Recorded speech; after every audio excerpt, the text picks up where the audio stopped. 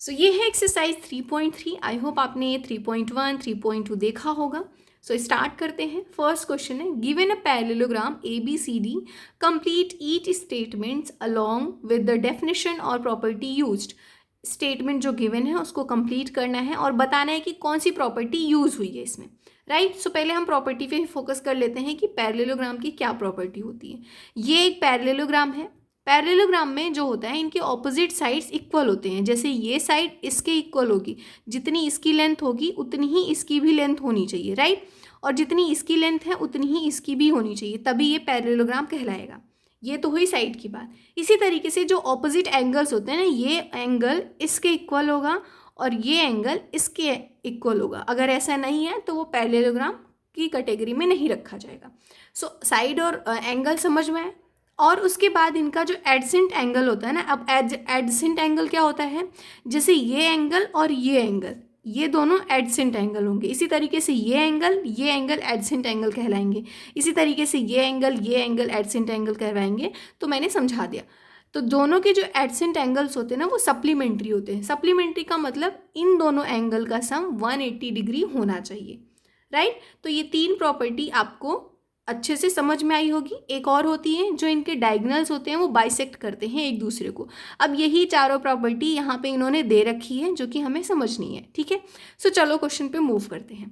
First है AD equals to किसके होगा। अब देखो AD यहाँ पे है, AD तो बराबर होने चाहिए BC के, तो बस यहाँ पे BC आ जाएगा।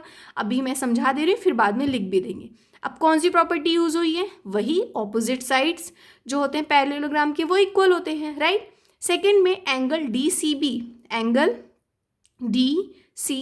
किसके बराबर होगा, एंगल DAB के, है ना। अभी बताएं ऑपोजिट एंगल्स होते हैं वो इक्वल होते हैं। सो यहाँ पे वही लिख देंगे, angle DCB equals to angle DAB, bracket में opposite angle of parallelogram are equal, right. Third है OC। अब देखो जो डायगोनल्स होते हैं वो एक दूसरे को बाइसेक्ट करते हैं। सो OC किसके बराबर हो जाएगा, OA के बराबर हो जाएगा, राइट। सो यहाँ पे लिख दो, diagonals of parallelogram bisect each other, ठीक है। 4 है angle M angle DAB plus M angle CDA, ठीक है। DAB उसके बाद CDA। अब देखो यहाँ पे एडसेंट एंगल की बात हो रही है, एक तो A और एक D, ये दोनों एडसेंट एंगल होंगे। जब भी आपको इस तीन लेटर दिया है ना, तो बीच वाला जो है ना उसकी एंगल की बात हो रही है। So, A और D क्या हो जाएंगे, एडसेंट एंगल हो जाएंगे, और इनका सम क्या होगा, 180 डिग्री होगा, क्योंकि ये सप्लीमेंट्री है। सो ये आई थिंक आपको अच्छे से क्लियर हो गया होगा। अब इसको हम बस नोट डाउन कर लेते हैं, राइट। सो चलो आंसर दो। AD बराबर क्या हो जाएगा, BC, ठीक है। यहाँ पे लिख दो BC। अब लिखोगे क्या, ऑपोजिट साइड्स ऑफ पैरेललोग्राम। देखो ये पैरेललोग्राम का साइन होता है, तो आप पैरेललोग्राम की स्पेलिंग भी लिख सकते हैं, ऐसा भी बना सकते हैं, आर इक्वल, ठीक है, राइट। नाउ DCB किसके बराबर होगा, DAB। तो यहाँ पे लिखो एंगल DAB, ब्रैकेट में opposite angles of parallelograms are equal. तो ये मैंने डैश दिया, इसका मतलब सेम यही लिखना है, ठीक है। OC किसके बराबर होगा, OA के। अब यहाँ पे क्या लिखना है, diagonals of parallelogram bisect each other, right. Now DAB plus CDA। सो मतलब ये और ये दोनों एडसेंट एंगल है, तो इनका सम 180 डिग्री होता है। तो यहाँ पे क्या लिखेंगे हम, adjacent angles in parallelogram are supplementary, right. I hope आपको सप्लीमेंट्री का मतलब समझ में आया होगा, राइट, क्लियर हो गया। नाउ क्वेश्चन नंबर 2 पे मूव करते हैं। देखो क्वेश्चन नंबर 2 में हमें फिगर्स गिवन है जिनकी वैल्यू फाइंड आउट करनी है। Consider the following parallelograms, find the values of unknown XYZ। तो इनके फिगर के बिहाफ पे जो हमें यहाँ पे XYZ गिवन है उसकी वैल्यू फाइंड आउट करनी है, और इसके लिए आपको सारी प्रॉपर्टीज पता होनी चाहिए जो अभी मैंने यहाँ पे फर्स्ट क्वेश्चन में बताई है, राइट। सो चलो करते हैं। सो ध्यान से देखो इस फिगर को, ABCD। अब देखो ऐसे क्वेश्चन को सॉल्व करने के बहुत सारे तरीके हो सकते हैं, हर किसी का अपना तरीका होता है, राइट। सो मैं आपको सबसे इजी वे बताने जा रही हूँ। हमेशा ध्यान दो, दो अभी मैंने आपको बताया एडजेसेंट एंगल्स होते हैं पैरेललोग्राम में, वो सप्लीमेंट्री होते हैं। सो अगर हमें इसकी वैल्यू गिवन है तो जहाँ पे वैल्यू गिवन है हम उसी से शुरू करेंगे। सो ये और ये मिलकर तो एडजेसेंट एंगल हो जाएगा, और एडजेसेंट एंगल की वैल्यू क्या होती है, 180 होती है। सो बी प्लस सी अगर 180 के इक्वल है और बी उसमें 100 है तो एक्स की वैल्यू वैसे ही 80 आ जाएगी, राइट। और हमने ये भी देखा है कि जो ऑपोजिट एंगल्स होते हैं वो इक्वल होते हैं। जब इसकी वैल्यू हमें 80 पता चल गई तो इसकी भी 80 हो जाएगी। फिर अगेन ये और ये एडजेसेंट एंगल हो गया, ये 80 हो गया तो ये कितना हो जाएगा, 100 हो जाएगा। और वैसे भी देख सकते हैं ये 100 है तो ये भी 100 होगा। सो वही एक क्वेश्चन को करने के बहुत सारे तरीके हैं, आप मैटर ये करते हैं कि आप कौन सा तरीका आपको ईजी लग रहा है, राइट। सो चलो हम लिखते हैं angle B plus angle C equals to 180 degree. अब क्यों होगा यहाँ पे लिख दो, adjacent angle in parallelogram are supplementary, right, supplementary. So इसको मेंशन करना ज़रूरी है, अदरवाइज आपको मार्क्स नहीं मिलेंगे। पता चला आपने ऐसे ही लिख दिया, तो ये लिखना ज़रूरी है, ठीक है, इतना समझ में। अब एंगल बी की वैल्यू हमें क्या दी है, 100, ठीक है, और एंगल सी की वैल्यू हमें नहीं पता, एक्स है तो बराबर 180 डिग्री के। सो एक्स की वैल्यू क्या हो जाएगी, 180 माइनस 100 दैट इज 80 डिग्री। जब एक्स की वैल्यू हमें 80 डिग्री पता चल गई तो अब क्या हो जाएगा, जेड भी तो उसी के बराबर हो ना, एंगल जेड बराबर होगा एंगल एक्स के, दोनों बराबर होंगे 80 डिग्री के। क्यों, क्योंकि यहाँ पे opposite angles are equal in parallelogram, right. So यहाँ पे एंगल जेड और एंगल एक्स 80 हो जाएगा। ऑल्सो y इक्वल्स टू 100, क्यों, अब y इक्वल्स टू 100 इसलिए हो जाएगा क्योंकि यहाँ पे 100 ये एंगल जो b है वो 100 है, तो यहाँ पे ये भी लिख दो opposite angles are equal in parallelogram, तो यहाँ भी यही मेंशन कर देना, दैट्स इट, ठीक है। नाउ क्वेश्चन नंबर 2 पे फोकस करते हैं हम। सो देखो सेकेंड फिगर में हमें ये वैल्यू गिवन है 50।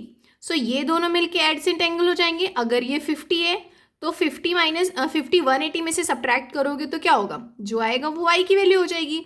और y की वैल्यू अगर पता चल गई तो हम x की वैल्यू भी पता कर लेंगे क्योंकि ऑपोजिट एंगल्स इक्वल होते हैं, राइट। सो देखो चलो लिखो यहाँ पे 50 degree plus y equals to 180 degree, bracket में क्यों, एडजेसेंट एंगल आर सप्लीमेंट्री, इसको कंप्लीट कर ले, सप्लीमेंट्री इन पैरेललोग्राम, राइट। इतना समझ में आया। तो अब हम y की वैल्यू निकाल लेंगे, 180 minus 50 degree equals to 130 degree. अब जब y की वैल्यू पता चल गई तो हम क्या लिखेंगे, so y equals to x equals to 130 degree. क्यों, क्योंकि ये क्या है, ऑपोजिट एंगल्स हैं, ठीक है, ऑपोजिट एंगल्स। तो आप कंप्लीट लिखना है, opposite angles are equal in parallelogram, right. So now अब ये y और x पता चल गया। अब एंगल x की वैल्यू बराबर होगी जो है एंगल z के। ऐसा क्यों, देखो क्योंकि ये जो होते हैं ना, आप आगे चल के पढ़ोगे, ऐसे एंगल्स होते हैं वो कॉरेस्पॉन्डिंग एंगल होते हैं, ठीक है। सो अगर मैं इस लाइन को एक्सटेंड करूं, कुछ और प्रॉपर्टीज़ आगे आएंगी, तो अभी के लिए समझ लो जब ऐसे एंगल्स आपको दिए जाएं, राइट, तो इनको हम कॉरेस्पॉन्डिंग एंगल्स बोलेंगे। सो एंगल x एंगल z के बराबर होगा 130 डिग्री, इसकी भी वैल्यू हो जाएगी। क्यों, क्योंकि ये कॉरेस्पॉन्डिंग एंगल है, ठीक है। सो यहाँ पे लिख दो कॉरेस्पॉन्डिंग एंगल, ठीक है, राइट। आई होप आपको ये क्लियर हो गया होगा question number 2। Now third question, इसका फिगर यहाँ पे है।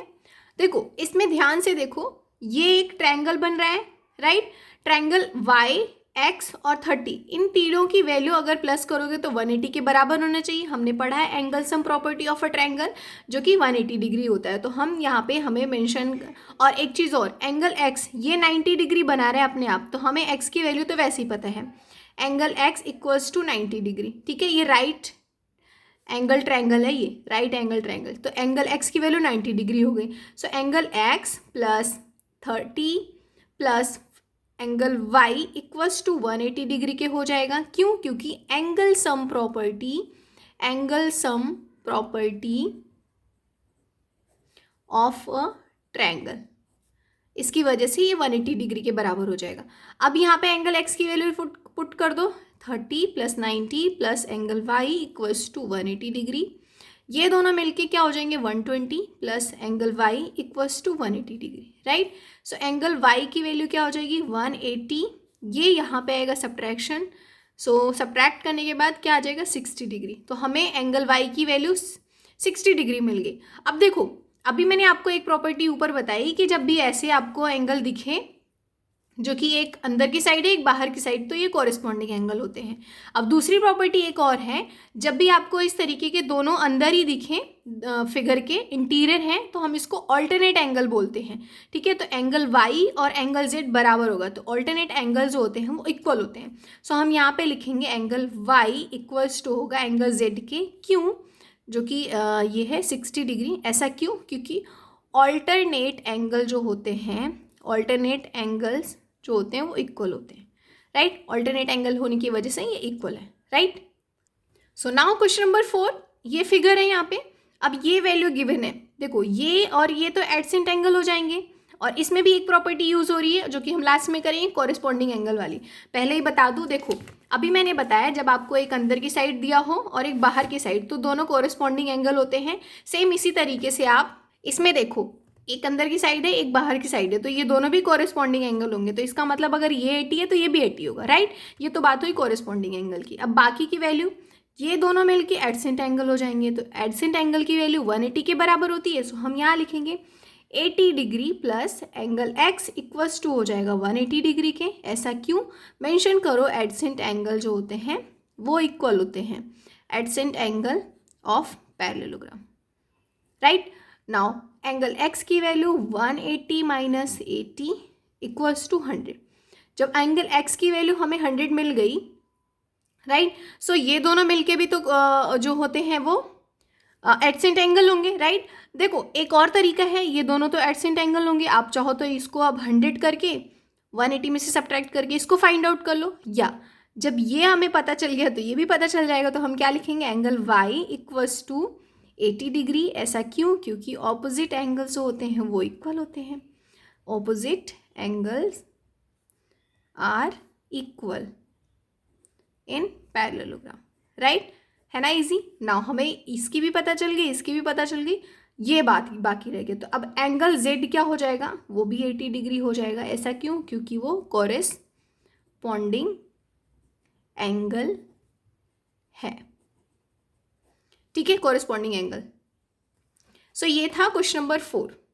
क्वेश्चन नंबर 5 में फिगर में ध्यान से देखो, यहाँ पे हमें इस तरीके का पैरेललोग्राम गिवन है। सो वाई एक्स जेड की वैल्यू फाइंड आउट करते हैं। सबसे पहले देखो ये 112 है, इसके ऑपोजिट में y है, तो ये दोनों तो बराबर हो जाएंगे। सो यहाँ पे लिखो angle y equals to 112 degree. क्यों, क्योंकि ऑपोजिट एंगल है, ठीक है। Opposite angles are equal in parallelogram, वो पूरा लिख लेना आप, राइट। सो नाउ अब देखो एंगल हमें पता चल गया, जब यहाँ पे 112 हो गया, ये 40 हो गया और ये x, तो ये आप ध्यान से देखो एक ट्रायंगल ही तो बन रहा है। जब ये एक ट्रायंगल बन रहा है और ट्रायंगल की जो प्रॉपर्टी क्या होती है 180 डिग्री के बराबर होता है। सो हम क्या लिखेंगे angle y plus angle x plus 40 degree बराबर हो जाएगा 180 डिग्री के। क्यों, क्योंकि angle sum property of a triangle, ठीक है। सो अब एंगल y की वैल्यू हमें दिए है और एंगल x की वैल्यू हमें नहीं पता। एंगल 40 इक्वल्स टू 180 डिग्री, इन दोनों को प्लस करोगे तो क्या हो जाएगा एंगल x प्लस ये हो जाएगा 2, 4 + 1 5 and 152 equals to 180 degree. Angle x equals to 180 degree minus 152, right, ये यहाँ पे आएगा। सब्ट्रैक्शन के बाद 10 - 2 इज़ 8, 7 - 5 इज़ 2 और 1 - 1 इज़ 0, तो 28 डिग्री। सो x की वैल्यू हमें 28 मिल गई। अब देखो ध्यान से, जब x की वैल्यू हमें 28 मिल गई, सो मैंने अभी एक पिछले क्वेश्चन में बताया था ऑल्टरनेट एंगल, जब x की वैल्यू हमें ये पता चल गई तो z की वैल्यू भी 28 होगी। क्यों, क्योंकि ऑल्टरनेट एंगल है। तो यहाँ पे एंगल x बराबर होगा किसके, एंगल z के। क्यों, क्योंकि ये है ऑल्टरनेट एंगल। सो राइट, ये था क्वेश्चन नंबर 2। आई होप आपको ये फर्स्ट सेकेंड क्वेश्चन समझ में आया होगा। नेक्स्ट वीडियो में हम क्वेश्चन नंबर 3, 4, 5 करेंगे। प्लीज़ चैनल को सब्सक्राइब कर देना एंड वीडियो को लाइक ज़रूर करना। हम मिलते हैं नेक्स्ट वीडियो में, तब तक के लिए बाय बाय।